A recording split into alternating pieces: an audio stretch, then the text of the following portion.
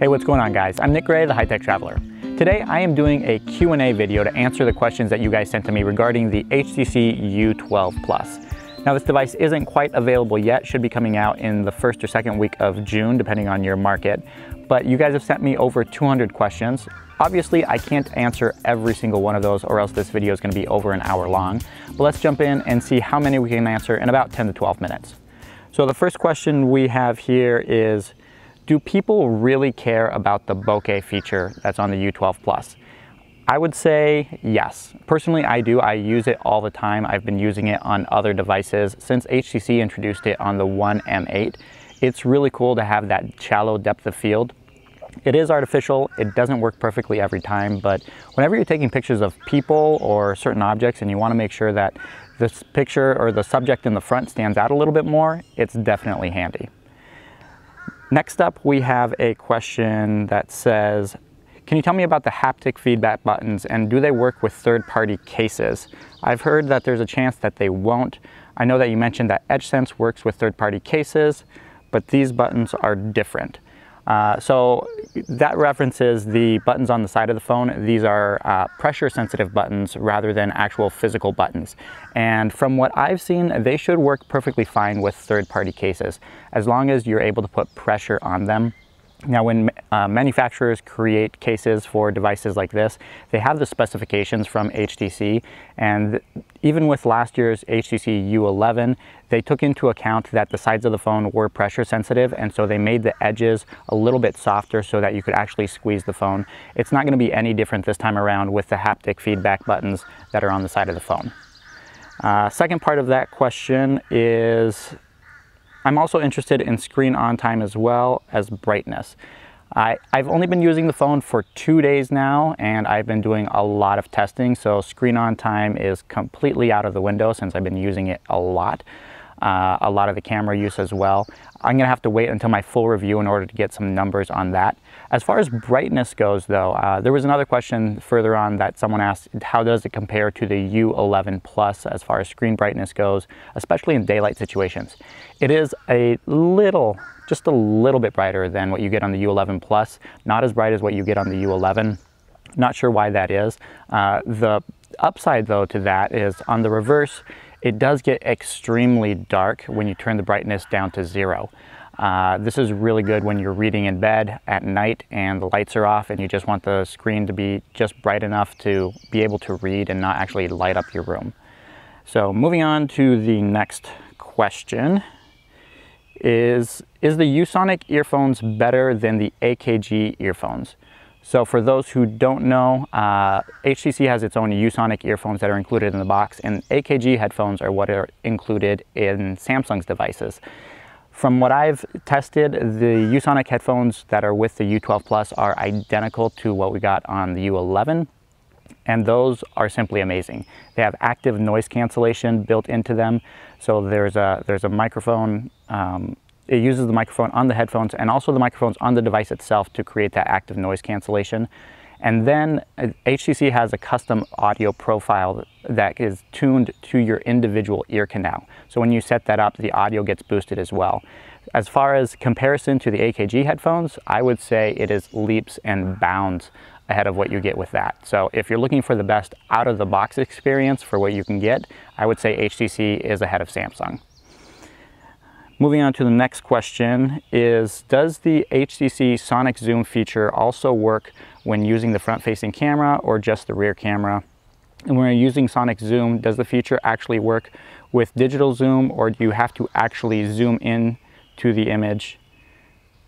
A lot going on there. So to answer that question, the Sonic Zoom feature allows you to zoom in on a subject and zoom in the audio focus of that as well, since it has microphones on all sides of the device. It does not work with the front-facing camera, only the rear camera. And as far as the actual feature, you do have to do a pinch to zoom on the screen in order to activate it, which does zoom into the subject. And there's no way to do it without zooming in to the subject, and it is a digital zoom when it does that, unfortunately. If you turn off the Sonic Zoom feature, or now they're calling it acoustic focus, you can zoom in and zoom into that secondary sensor, which has a 2x optical zoom lens, so you get a little bit a little bit better video quality when you do that instead. Second part to that question is, do the front-facing cameras produce good quality low-light photos? How about a comparison with the Pixel 2? From what I've seen, I've only taken 5 to 6 selfies in low-light situations. They turn out pretty decent. They're a little bit better than what you get on the HTC U11 and the U11 Plus from last year. I haven't done a full comparison with the Pixel 2 yet, but that's coming up within the next couple days, so make sure you stay tuned for that one. The next question.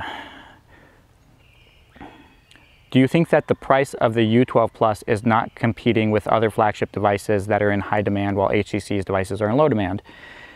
And is with HTC losing money as a company? I do not. The HTC U12 Plus has pretty much every feature that all other flagship devices that are on the market right now have. It has the Snapdragon 845 processor, 6 gigs of RAM, starting at 64 gigabytes of storage, and there's the option for 128 gigabytes for only $50 more. You get 2 cameras on the back, 2 cameras on the front, the best audio experience available on a device right now with boom sound with the front-facing speaker and the bottom-firing speaker. You know, it all comes down to what you think the value is for a device. This one here is selling for $800. Maybe you can't afford that, maybe you can. But as far as competing with other devices, this is technically on the same level as the Samsung Galaxy S9 Plus, which sells at its base level for $50 more, and this has an extra camera and a couple additional features with that. So I would say it's competing on price. It would be nice if it was a little bit lower, since last year's HTC U11 was only $650 at start, but every year is different, and HTC decided to go with a device that's a little bit more expensive this time around. Next question we have is, okay, so what security patch is it running on? I'm going to guess that December, along with other devices that HTC has. The security patch is running on the March 1st security patch. It is not the latest and greatest, since today is actually June 1st. It would be nice if it was running on the May security patch, but HTC is running it on that. Technically, this device is not available yet. It's coming out in the US and Europe either this week or next week, depending on your market. And HTC could have a security patch lined up. Unfortunately, I do not know if that's true or not, but they could have a security patch lined up for as soon as the device comes out on the market. Moving on to the next one, how does the loudspeaker sound? So HTC has said that this is the loudest and clearest boom sound speaker system they have had yet. I've tested it out a little bit. I haven't done a comparison with the U11 Plus or the U11 from last year, but it is loud and it is clear, much better than what you get on the Samsung Galaxy S9 Plus and other devices that have come out this year. HTC is a step ahead of the competition when it comes to the audio experience on the device. So if you're looking for that, I would definitely recommend that you take a look at the U12 Plus. Second question is, how good is the loudspeaker when compared to the U11 Plus? I covered that already. Battery life. So far, battery life has been decent, but again, as I mentioned before, I've been using this device non-stop since I got it to do all of my testing, and I've probably gone maybe 8 hours on a charge. This is not typical usage. I'm going to have a couple days where I use it as I use a typical device to give you guys a better idea of what day-to-day usage is going to be. I'm expecting this to have between 10 to 12 hours on a single charge on a heavy day load, but you never know. So we'll have to wait for that one. And then last question is camera. No specifics, but just camera. I did a video showing off the camera quality yesterday. If you want to take a look at that, I'll link it right up here. So far, the quality of the pictures that you get from the U12 Plus are pretty good, and also the video as well. I'm pretty impressed. It does look a little bit better than what we saw with the HTC U11 last year. Not sure if it's on par with the Pixel 2 or the Samsung Galaxy S9, which in my opinion is one of the best devices out there right now as far as cameras go. So I will be doing side-by-side comparisons with the S9 Plus and also the Pixel 2 and a couple other devices that I have on hand to give you guys some side-by-side comparisons so that we can make that judgment call with actual facts rather than saying, hey, I think it is better.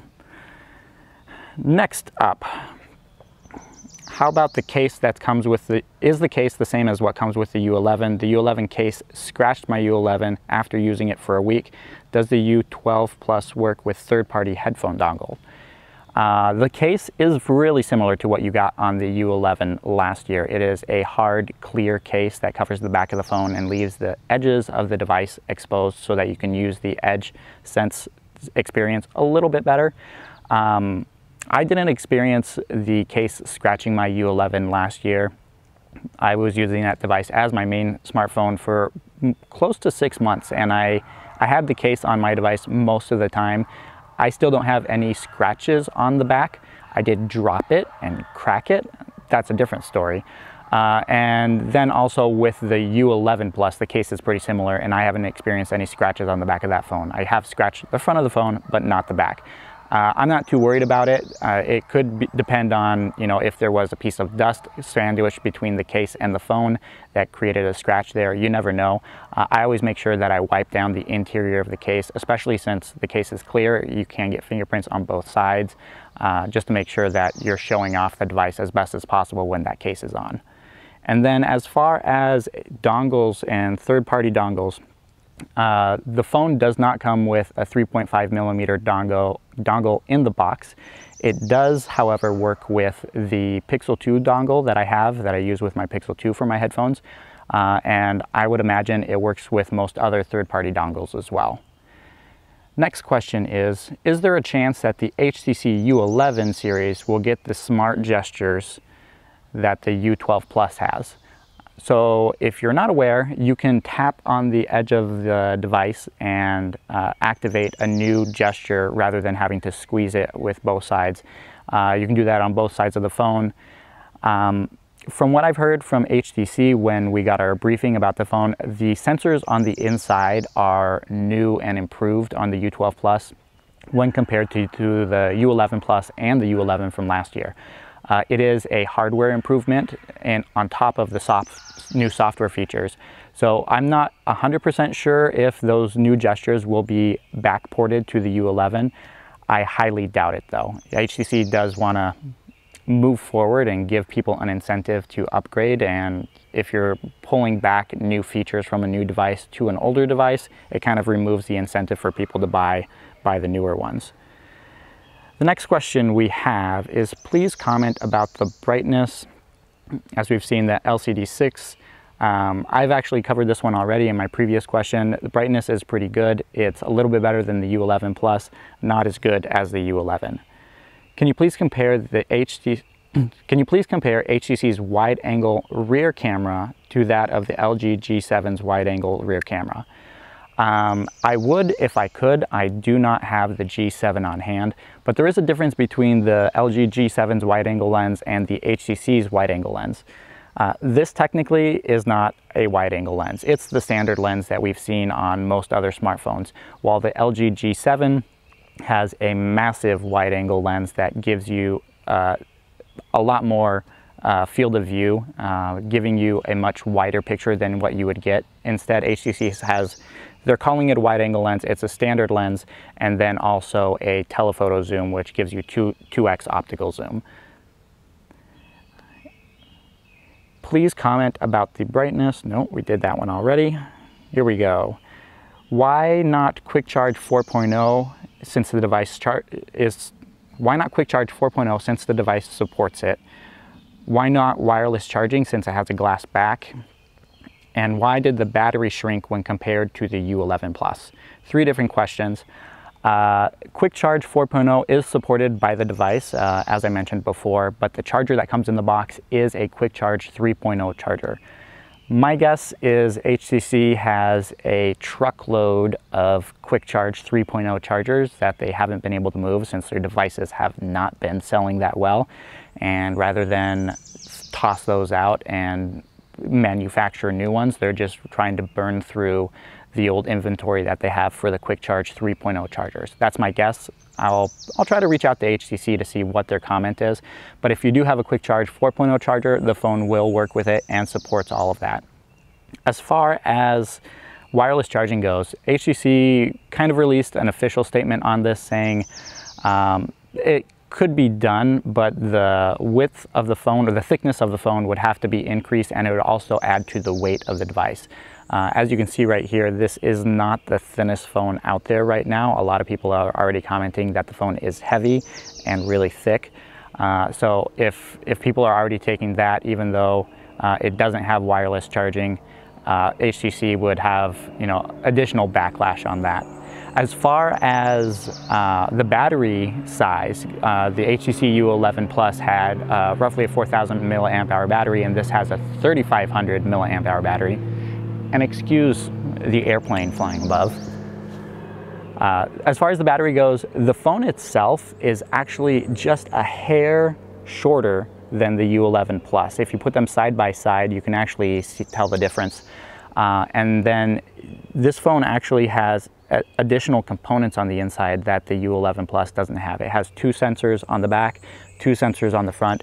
Both of those sensors are, technically they're really small, but they do take up additional space, leaving less interior space for that larger battery.